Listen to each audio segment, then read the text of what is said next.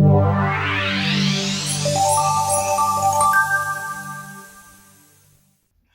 back, baby! Hello, welcome back to part 3 of my PlayStation 2 Hidden Gems. I'll just address the obvious, I've not made a video for a while. I do apologise for that, I've just had quite a lot on at the moment, to be quite honest, so without going too much into detail. What I can say is I'm now back, and I'm back for the foreseeable. So we've got 34 games to get through today, and then I think that's my PlayStation 2 collection more or less polished off. So let's get straight into it. First game, PS6. This is one that I picked up for about 45p. I've been playing it quite a bit recently, actually. And yeah, I've been having some fun with it. I used to play this a lot with my friends. This was our main go-to football game when we were younger. It all got very competitive, but one of the best features in this was the Master League mode, which is now obviously in the more recent PESs, but this one just kind of had like a special place in my heart. I remember the guy in the cover, Adriano, was just like an absolute beast and had like 99 shot power, so it was quite easy to score with him. Although having said that, what I have noticed going back playing this game, I had so many opportunities where I was one-on-one in the keeper and I just tap, shoot, tap it, and it goes into like flipping rosy, unless you've got like a really talented player. I never remembered it as being like that, but yeah, when I play it now, I'm like, wow, this is like almost unplayable compared to like some of the more recent football games. So, but it's still got a good place in my heart. And yeah, PS6, pick it up dirt cheap. This game, Fur Fighters, not actually sure how I came across this one. It's one I picked up recently. I think I just stumbled across it on like 100 PS2 Hidden Gems video or something like that. I've not actually played it yet, but from what I saw, it's basically like a run and gun, and you seem to play as these like little furry animals. It's like cell shaded graphics. It definitely looks like it's worth a play, so I'll definitely be giving that a go at some point. Now this one, I used to play this in the arcades with my dad. Unfortunately, I don't have the sniper rifle attachment. Silent scope, I don't think there is a sniper rifle attachment for the PS2 version, but in the arcades you got the big rifle and you were like obviously looking through the scope and you had to try and like headshot the bosses and stuff. This is Silent Scope 1. There is a Silent Scope 2. It's on my radar at the moment. I don't actually think I've picked that up yet, if I remember correctly. But this was the one that I used to play in the arcades a lot, and I think on one of the levels you can't really see much on the back there, but in fact, the sunlight's not doing us any favours there. There we go, it's a little bit better. Yeah, there's like a football stadium level. I remember it as being the first level, and he's running across like the football stadium. He's got like the president's daughter on his shoulder, and you've got to like headshot him. We don't have to headshot him as like a health bar, but if you headshot him, you get this cool graphic of like a skull with like bullet through it. Yeah, it's proper like cheesy arcade fun. These are really cheap. I picked this up for like £1.50. So yeah, if you remember that from the arcades and you like it, definitely pick it up. This next one, I'm not usually into this type of game, to be honest. I mean, I do like racing games, but the more serious ones, I'm not really too fussed about. But Gran Turismo 3, the reason I picked it up was that there's been so many Gran Turismos, and I just did like a quick search, like, oh, what's the best Gran Turismo? What's the most popular? And it seemed to be split between this and Gran Turismo 5. I think 5 was on the PS3. I probably have picked that one up recently as well. So yeah, I picked it up for that reason, basically. I remember that I used to have a PS1 and I had Gran Turismo on that. And yeah, I enjoyed it. I really enjoyed it. And apparently like after... I don't know if it was after 3 or 5 that the menus got a bit like, but they kind of went into so much detail, it kind of got a bit less fun for some people. That was the general perception that I read. But to be honest, yeah, this is just what I've read online. I will give this a play at some point. I'd be really interested to see how it comes up on the PS2 on the TV, because Gran Turismo, you know, on the driving games, the graphics are always kind of impressive. So I really want to see what they could have pulled off with this. Quickly covering this one because I've already covered it before. Aggressive Inline. Picked it up on my video where I had the mystery box, so yeah, we'll move on from that. Pro Evolution Soccer 4. Now this, I wasn't even a collector at the time. I was literally just in a second-hand shop and it was like 40p. I was like, oh yeah, why not? I've not even played it, to be honest. It'd be interesting to play it and see if the shooting mechanics are better than Pro Evo 6, really. Okay, this next one's pretty good. I've been playing this one quite a bit recently. It's difficult if you put it on a higher difficulty, obviously. But it's also difficult for another reason, and I think it's actually like a I don't know if it's a spiritual successor or an actual successor to like Ghosts and Goblins, but it's Maximal and the Army of Zin. I believe, I don't know if this is the second, there's two of them. I don't know if this is the second or the first, third. Blah, blah, blah, blah. I don't know if this is the second or the first, to be honest, but it's a good game. Like, graphically, I thought it was quite impressive. The levels are very linear, but they're challenging and difficult. You can get like upgrades to your armor and your weapons, different weapons. So far, I think I've got like a hammer and a sword. I think you can like upgrade your shield. Yeah, it's pretty standard stuff, but it is a fun game. So definitely, if you're just looking for like a fun action platformer, this could definitely be it. Catwoman picks it up again in the mystery box video. Drone Racers, mystery box video. Mystery box video. Okay, this next one, I've not played this yet, but I'm going to give it a go at some point. I think again I saw this on... Oh, this is the problem with buying them second hand. You get these bloody half stuck on stickers. You know, it all like peels off and it's stuck on there. But yeah, Draken. It's like an RPG and you can ride a dragon. And as much as I've seen of it recently, it kind of reminds me of like Tomb Raider, but like medieval times, and you can ride a dragon. So I thought, yeah, it looks pretty cool. I picked it up for like next to nothing, like £2. So a really good deal. And it's definitely got a fan base, this game. I think it might have been on PC as well. I'm guessing if you're probably going to play it, that would probably be the optimal way. But yeah, I picked up the PS2 version and I'm definitely going to give this a go at some point. There's the back if you want to have a look. Hopefully you can see it well enough. This one's a well-known game. Picked it up pretty cheap. Onimusha. I've not played this version. I played the HD remaster on the Switch. And yeah, it's a really good game. If you think like Resident Evil, but you kind of like play as a samurai with like swords and magic, that's pretty much what it is. It is a really good game. I believe there's Onimusha 2 and Onimusha 3. They might have different names than that, but there's definitely other Onimushas. So I think in one of them you could play as like different characters. And there's a guy with a gun, I remember. One of my friends had it. Like, I never actually played it myself. I just kind of remember from what he had back in the day. It's funny, really. A lot of the games I buy now, the games that I remember because other people had them, and I only ever saw like little glimpses of them playing them. I had like a friend who was like pretty selfish. So like, you went round to his house, all his games were single player, and it was just like go around and watch him play. He was a bit of a dick. He never really let you play. But I think that's why now I go back and I buy all these games, because I'm like, oh, I remember that, it looked really cool, and I never really got to play it. Okay, this one, Summoner 2. I think I might have seen this on a Hidden Gems video or something. This is another one that my friend who I just spoke before actually had. I think he had the first Summoner. This is my habit of like, oh, there's a Summoner game. Oh, there's a Summoner 2 game. I'll buy Summoner 2, it's probably better. That's like the logic in my head. I guess most of the time that's right, but not all the time. So yeah, I've got Summoner 2, but not actually Summoner. I'll probably pick that up at some point. I played a little bit of this so far. Yeah, it's like it's an RPG, and it's like, how can I describe it? It kind of reminds me a little bit of Jade Empire in like the environments and the way it plays. You can kind of like turn into like these different monsters. I guess that's the whole summoner gimmick, and there's other characters in your party. It's really good.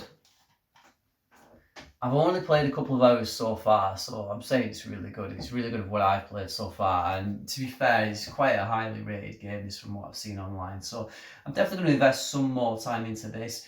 I'm probably more likely going to complete Steamboat Chronicles though before I play this. This one I bought because I used to have loads of demos for this on my Amiga of different, not this specific game, but different versions of the game. And it's James Pond. This one's codename Robocod. It was just pure nostalgia. I bought it. I can't remember what I paid for it. It wasn't a lot. But yeah, it's not aged well. Like, when I was playing the levels on this, they reminded me a lot of the Amiga, because I guess it was sort of, I don't know, it might have been born on the Amiga, this one. Correct me if I'm wrong, but I remember playing it on the Amiga, and the levels are very like, they're very big, that's one bonus, but they're just very like samey, and the movement's really floaty, and you don't really know where you're going. It's just crap level design, basically. But it was James Bond, so I picked it up. Champions of Norath, think Baldur's Gate, Dark Alliance, but different characters, different story. Really good game. This version on the PS2, I have played it. I'm not gonna lie, it's pretty laggy. It's pretty laggy in places. And that annoyed the hell out of me. So I played like a couple of hours and that was it for me. Star Wars Starfighter. Yeah, I wanted like a flying game, like an air combat game. I really loved like Rogue Squadron on the N64 and on the PC actually. I had it on both. I absolutely loved that game. It was so good. I picked it up on the GameCube actually, but yeah, I just couldn't. It made me feel a bit sick playing it. But anyway, I'm going off on a tangent there. This one, Star Wars Starfighter, I have played it a bit. I was hoping I would get that Rogue Squadron feel from it. I didn't, if I'm being honest. It's not a bad game though by any stretch of the imagination. I played like a couple of missions in.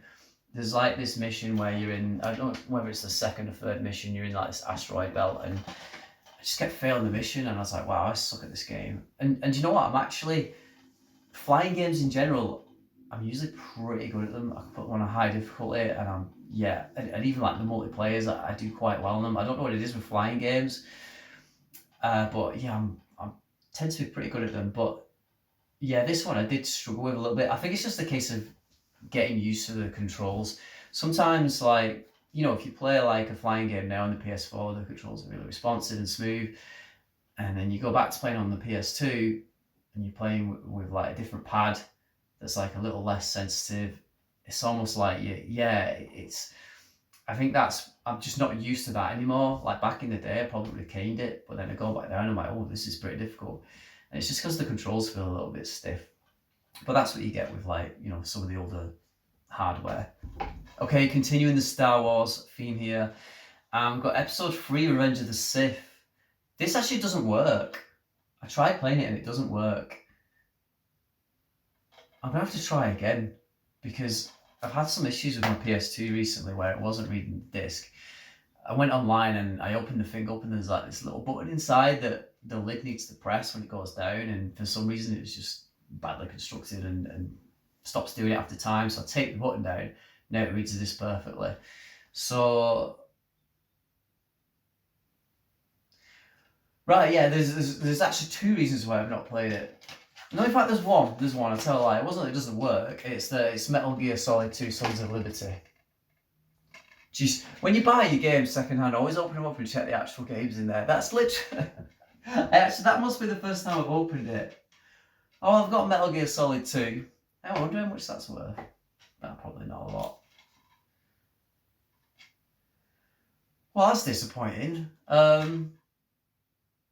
Right, I'm gonna after this video, I'm gonna buy this because I remember my friend had it and it was very like cinematic, like the duels with the lightsabers and stuff. I seem to remember it as being like pretty good or enjoyable to play. You even got like General Grievous in there, yeah, you do. That's pretty cool. But yeah, I ended up with Metal Gear Solid 2, so there you go. This one I haven't actually played yet either. I've got it on the PS1. I have played it on the PS1 and I was a bit like meh, but for some reason I just saw that there was a Dodgeball game for the PlayStation and I thought, oh yeah, I've got to get that. And I ended up getting it for the PS1 and PS2 at the same time. So I played the PS1 version first and I was a bit like, eh. So I figured I was going to feel the same about this. I mean, it literally looks pretty much the same on the back, except the graphics are a little bit more improved.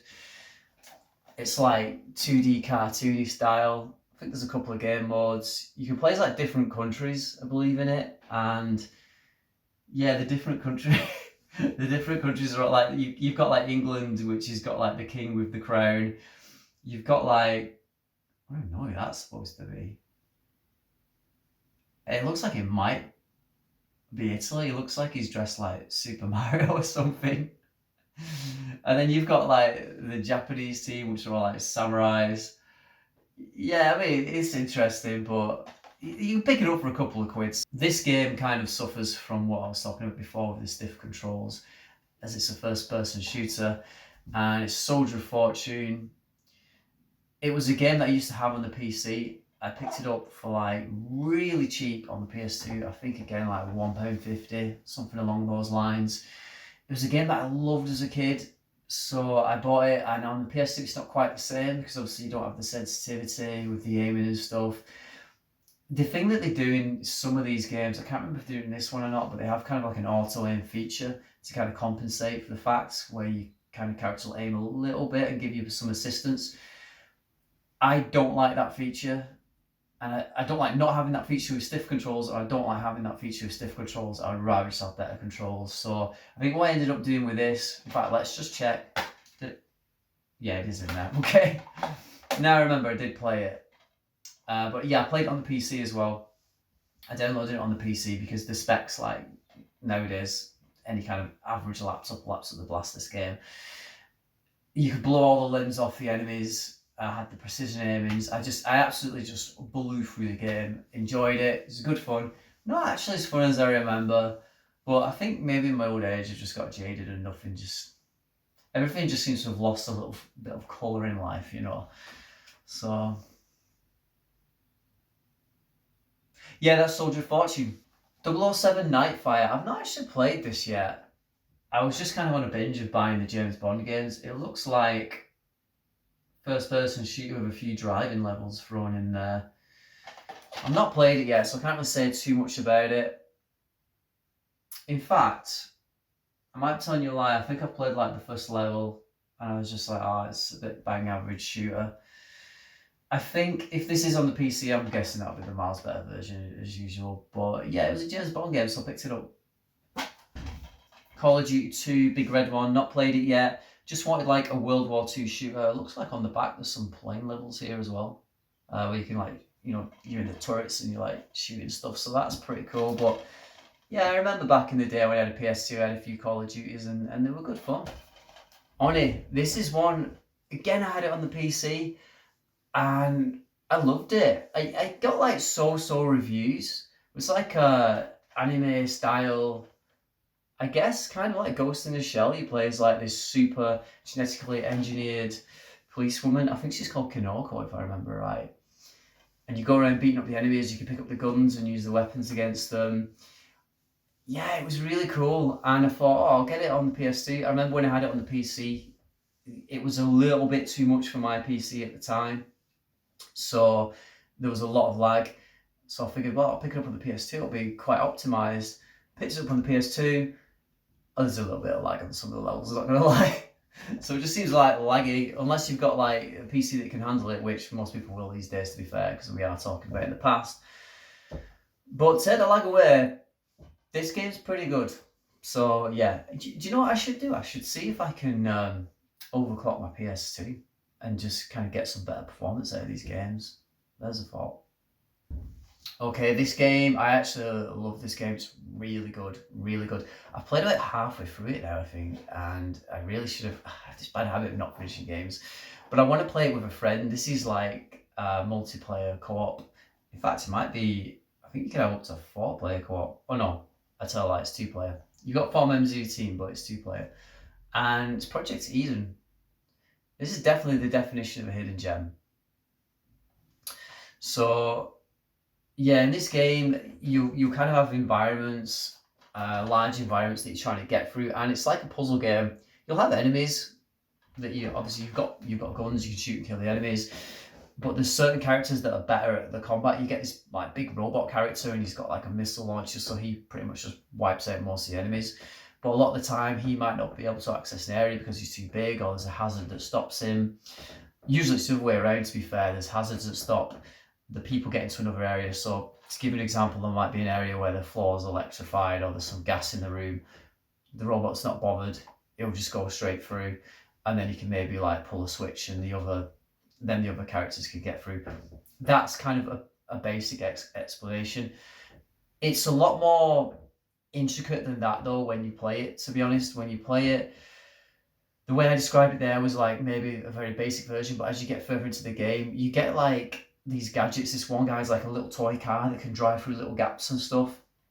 And when it starts getting really difficult because you've really got to keep your eyes open for these little these little details in the level. Because if you don't spot a place where there's like a floorboard at a place and you can drive the car down, then you're going to be stuck for ages.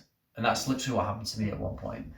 So it is challenging, but that's what's good about it. You know, I'm playing that with a friend and figuring it out is actually like quite rewarding. So yeah, if you've got a friend and you want a decent co-op game that's going to make you think, Project Eden 100% would recommend it. Not sure how much I paid for it. I don't know if it's getting scarce, this one now, but I bet you could probably still pick it up for about 10 quid though.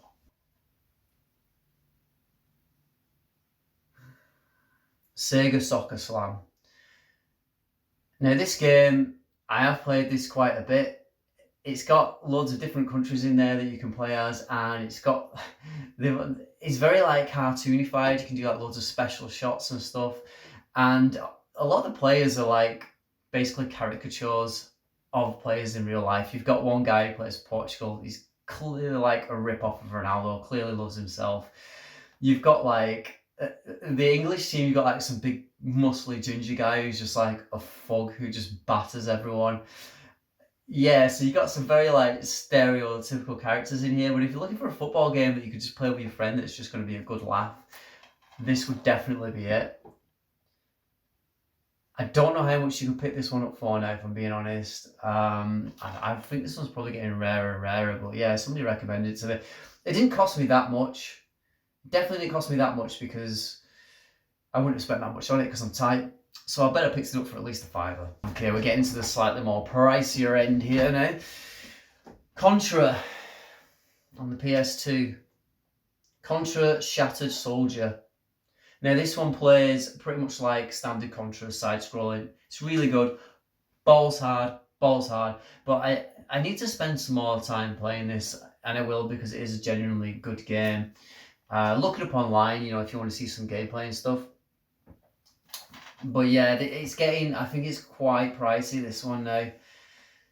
Yeah, you're going to be probably paying more, near like 50 quid for it or something like that, I think, if you look to pick it up. But I really wanted it. I did pay a bit more for this. I think I got it for about 35 quid, which is reasonable. But it's a good game and I'm legitimately going to play it. So there you go. Midway Arcade Treasures 2. Now, why did I buy this one? There's Rampages on this one. There's quite a few games on this one actually. Mortal Kombat 2, Mortal Kombat 3, Gauntlet 2, Spy Hunter 2, Narc, XY Bots, APB, Timber, Total Carnage, Pit Fighter, Wizard of War, Xenophore, Primal Rage, Arch Rivals, Rampage World Tour. That's pretty much what I bought it for. Yeah, there's a couple of others on there as well. But yeah, a lot of the Midway games that were available in the arcade, essentially. This next game is one in the series that I don't really see too many people talking about, but I do think it's legitimately as good as some of the others, and it's Tenshi Wrath of Heaven. I gave it a play recently, and I did have a lot of fun with it. It's challenging, it's hard. Yeah, the controls maybe a little bit clunky, but you can get used to them and adjust to it. So yeah, this is definitely a game that I would recommend you can pick up if you can find it cheap. I actually think it's better than people rate it. I feel like it got a bit poo-pooed, this game, but yeah, it's pretty decent. Family Guy, picked it up really cheap. Not really had a chance to play it yet, just wanted a Family Guy game. There's one on PS3 as well. Now, I've not picked that up yet for some reason, whether it's because it was a bit more expensive, I can't remember, but yeah, it just looked interesting. So I'll definitely give that a play at some point. Super Buster Move 2. I just really wanted Buster Move because I don't have any Buster Move games, so I looked online, found one for PS2, it was relatively cheap, so I picked it up. Simple as that. It's the game where, you know, you shoot, you've got like the little arrow thing like that goes like this, and you shoot the coloured balls, and there's the balls at the top, and you've got to like explode them. Puzzle game, basically. Burnout Revenge. Really good game. I used to have it on the Xbox 360. I would say that's probably the better version. In fact, I've got that version as well. But yeah, it actually plays really well on the PS2 and the graphics are pretty smart. I was actually quite impressed with it. Like, you go from the PS2 version to the Xbox 360 version, the jumping graphics isn't as much as you would have thought. I guess maybe they just ported it and polished up the graphics, but yeah, it's Burnout. You're racing, you smash into the cars, you destroy them, slow-mo takedowns. This one had the crash junctions as well, so there'd be levels where there's like a big junction or something, you've got to ramp into it, and it's set up so that you jump into it and you cause as much damage as possible and mayhem. That is really fun.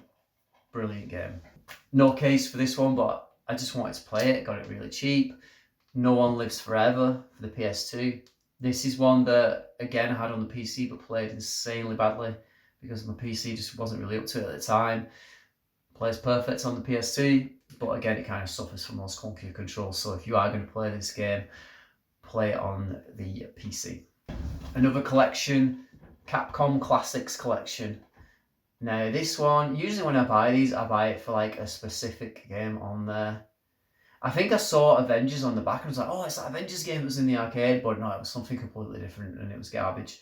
Yeah, it had Magic Sword on it, and Magic Sword, I remember it was like an arcade game. You had a guy with a sword and shoot, and you're just going along the straight levels, and you could upgrade your weapons, you could get followers that kind of followed you and did their own attacks, like an archer or a wizard, stuff like that. It was just like cool arcadey fun. But on this one, you've got a few games. 1941, I believe that was like a shoot 'em up. Avengers, can't really remember what that is. Well, it wasn't what I thought it was. Black Tiger, Block, Captain Commando, that's another one I would have definitely picked this up for. That's Captain Commando was like a beat 'em up, and Capcom, he was like, I think it's supposed to be like Capcom's mascot really, but it just didn't really take off, I think, as much as they were hoping. Echo Fighters, Knights of the Round, that's pretty good as well. King of Dragons, Last Duel, Mega Twins, Magic Sword, which I just discussed, Quiz and Dragons, no idea what that is. Sidearms, The Speed Rumbler, Street Fighter 2, Turbo, that's pretty good. Strider's on there, that's good. Free Wonders, Tiger Road, and VARF. So yeah, a lot of those, I don't even really know what they are, if I'm being honest. I really need to have like a playthrough this and kind of really see what it's got to offer. I have played it before, I just haven't played everything on there. Steambot Chronicles, I've already covered this in another video, to be honest. This is the French version, which I bought by accident. Spent like 20 odd quid in it. Thought, oh, that's a really good price for Steambot Chronicles. Didn't check it was in French, so yeah. Okay, Escape from Monkey Island. I really do like my adventure games. This one was in 3D. I think this was on the PC as well. This one doesn't really suffer too much from being on the console though. I had a lot of fun with it. Played a few hours into it, solved quite a few of the puzzles. Fully voice acted.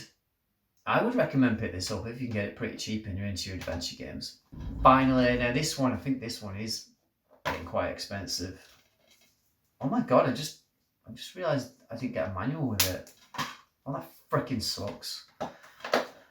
Right. How did I not notice that before? That's so annoying. I played this one as well. It's sad really because the case is in really good condition.